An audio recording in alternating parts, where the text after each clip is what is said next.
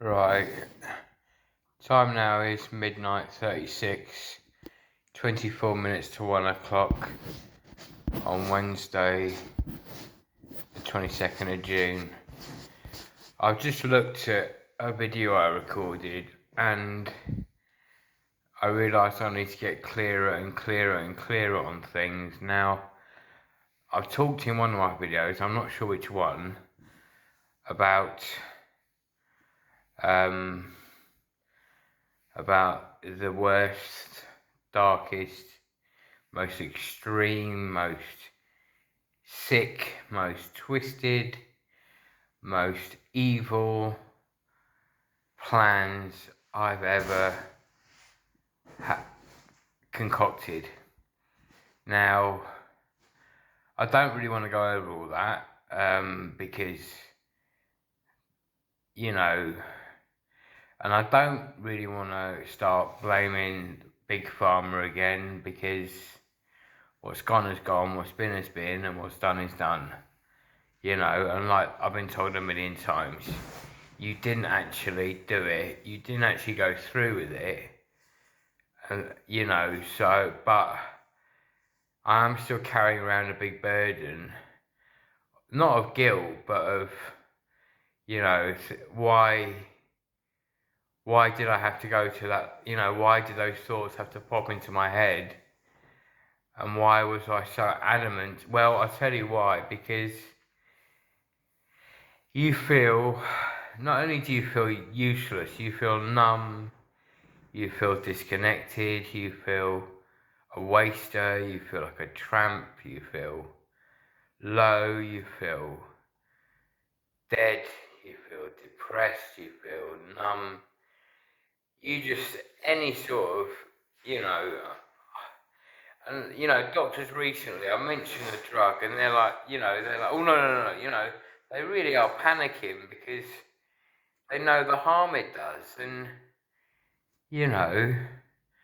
I'm not going to make a big song and dance out of it, because don't get me wrong, I've looked into the European Court of Human Rights in Strasbourg, and the fact that it is actually legally under Article 8 of the Human Rights Act your choice whether you take medication. But the way the NHS and the World Health Organization get around that is they call it capacity. Now, I can even understand that, but in my particular situation, my particular case, do I lack capacity? You've a lot of you've heard what I've said over the last couple of months, and a lot of you know me, who watch my videos on all these networking sites. You may not all like me. Some of you may hate me, partly because of, well, for any reason. I've been attacked more times than I've had hot dinners. I've had my face smashed in more towns than I can think of.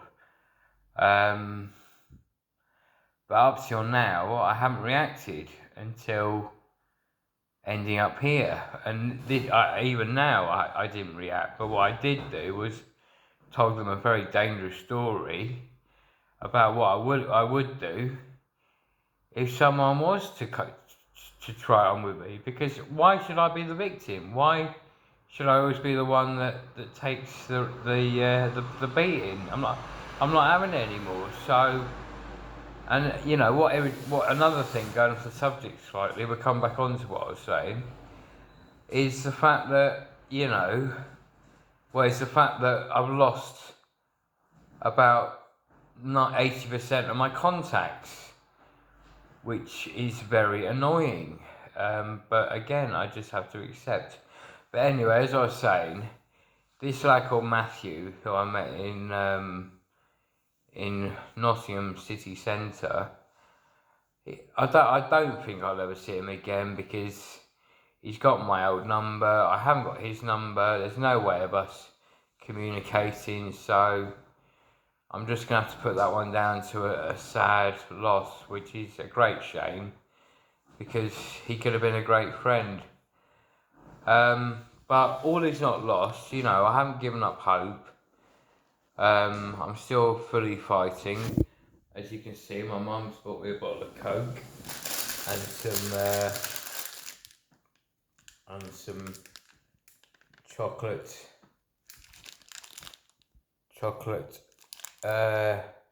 brownies and some Cornish pasties and some juice and a few other bits, milkshakes, and yeah, she's treated me quite well. So good old mother, eh? Aren't I lucky? So yeah, getting back to what I was saying. Yeah. So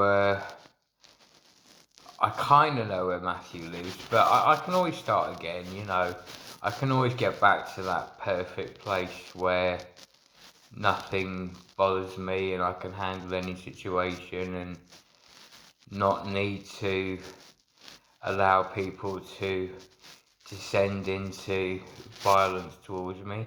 But then again, you know, I mean, some of the stories I heard that night when I missed the coach about, oh, I've seen him get stabbed tonight.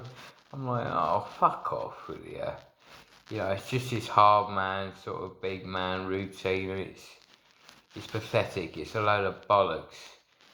You know, that's not my world, and you know, what I am creating and what I have created and what I will continue to create, hopefully with their blessings, but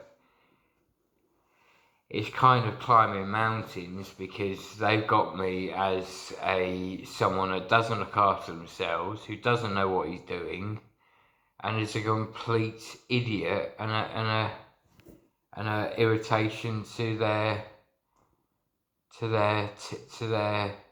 trust, which isn't positive. And to be honest, I don't think they see anyone in a positive light, unless, of course, they have to be like that to have the upper hand. But let's be honest, you know, like I said, my doctor in Signet Stevenage, my doctor in Signet Blackheath, my doctor in St George's, my doctor in the Bracton Centre, all the directors of this trust. I've got on with all of them like a house on fire. So, you know, this guy, this Dr. Roy, and this stupid fucking fat slut, this fucking horrible yeah, she looks like a fucking, I can't explain it, a bit like Medusa, or you know that one from that cartoon, what is it, Little Mermaid, the one in that, you know, that sort of fish face, you know. She's an ugly cunt, I fucking hate the bitch, and she doesn't like me either. And no, you know, and none of them do really, and they all think they're some kind of high-powered, you know, we know it all, you will do as we say, otherwise you're going to get hurt, you know.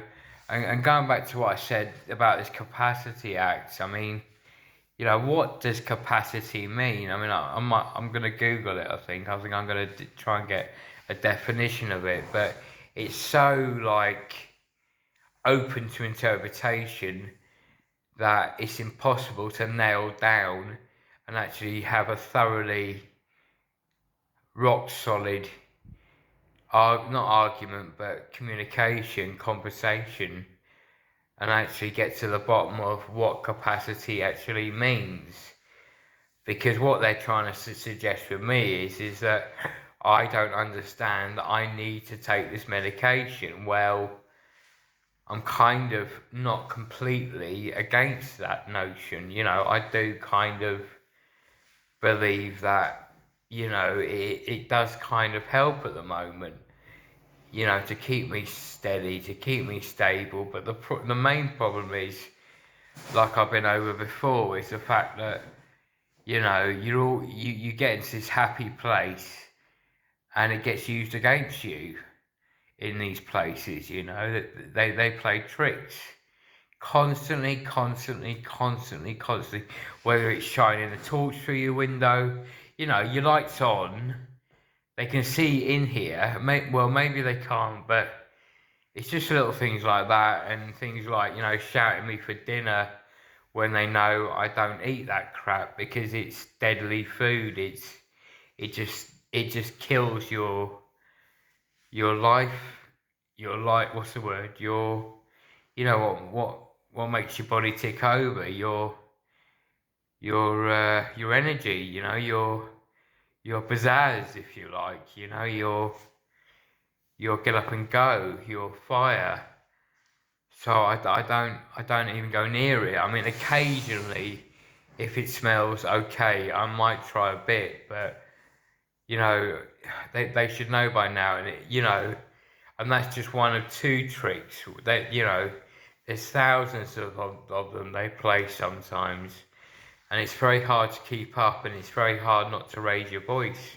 And then when you raise your voice, it goes down in the notes, and then it goes on to ward round, and all the doctor does is he doesn't care what you've got to say.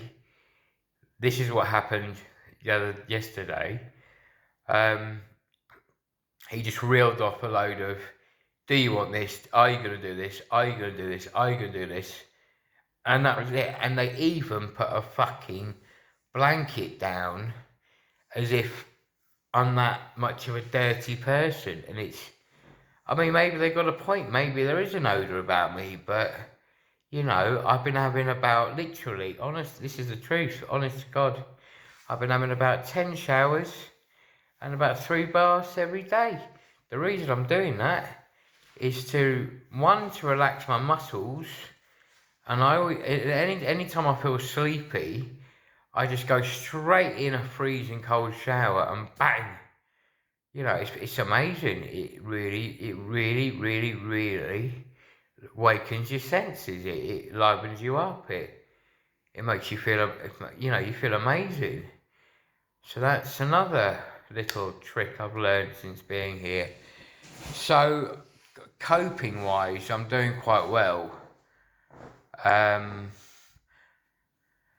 don't know if any of you guys are actually interested in hearing these stories anymore, but I do like to update the general public on my situation.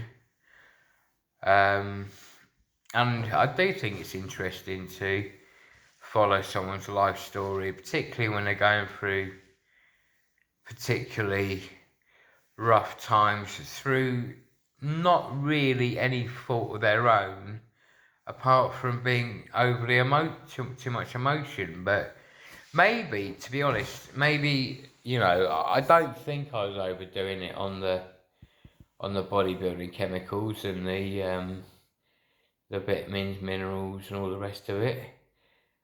I was only taking the daily recommended dose, but admittedly, it was frying my brain a bit. And the only reason I couldn't keep my house tidy was because every time I made any noise, the whole area went off on one. And, this is what I'm getting across everywhere. Retford, Grantham, Peterborough. People seem to know me, they call me Peter. It's this guy that sets the birds off, that has the power to sometimes increase the sunlight. Not around here, admittedly, in London, but further up north. Am I a southerner or a northerner? Well, I was born in the south, but I was raised in the north. So, as the army advert goes. So I do love the Nottinghamshire countryside. I like Sheffield, I like Leeds, I like Cumbria, I like Lancashire, I like Yorkshire, I like Tyneside, I like Scotland. I do prefer the north. I find the southerners a bit not snooty. Some of them are a bit snooty, but just not as. It's just not, the energy isn't the same, if that makes any sense. Doesn't sound too hippie-ish. It's fresher up there, it's cleaner. I mean, I know Nottingham is a mad city, let's be honest. It is a loony city, but it's got an amazing transport links, and that's why I like it so much. It's just so easy to get around, and I don't really want to lose my flat in Hyson Green, but something has got to be done about it, and I've got a funny feeling that things are going to start rolling in my direction. I mean, I am a bit worried about it, because there is a lot that's not being, that the authorities are not being made aware of, and I do still believe that there's a lot of dodgy, underhand things going on, and I'm not gonna stop until I get to the bottom of it. It's my mission at the moment. It's my goal. It's my destiny to uncover this stuff. Whether it's Housing 35, whether it's Al Marine, whether it's connected with different corporations within the Nottinghamshire area. Yeah. So over the next few days, I'm going to be making a lot of phone calls to councillors, MPs, and I'm going to be very polite with the police. I'm not going to have any dark thoughts towards them. I don't mean dark thoughts like bad thoughts. I mean like thinking they're up to no good, because I do believe they're not all bad pennies. And you've just got to see things on face value, and even if you do suspect there is corruption, not to be too open about it, or let it come into your mind, kind of keep it clean and get what you need out of it, which is for them to investigate my situation. But, maybe I am jumping the gun. Maybe I am trying to move too fast, and I've just got to go at their speed. But, he's on at 7 o'clock in the morning, and I will be putting a call straight through to them, and hopefully he hasn't got a vested interest in causing me further problems, and he's a genuine copper who's doing a genuine job. Although saying that, let's be honest, I mean, you've only got to look at the 1970s with the Arthur Scargill case, when there's about 50 coppers that got life sentences because of the corruption on the porn, the adult porn, wasn't it? So it's always been the way that coppers take backhanders, and they don't shoot straight all the time, and I feel like saying I can't blame them, but that's not my world. I'm one of the very few people that don't rip people off. I mean, don't get me wrong, I have done a few minor naughty stuff in the past, which I regret. But nothing that would hurt anyone or harm anyone, or apart from those thoughts that I was telling you about. But those thoughts they were me, but it was the medication inside of me that was causing that. And that needs to be investigated, that needs to come out, that needs to be fully explored. But at the end of the day, you're taking on companies that are ruling this world. They're more powerful than every nuclear weapon on the planet, or are they? I don't know. But I ring round solicitors, and they're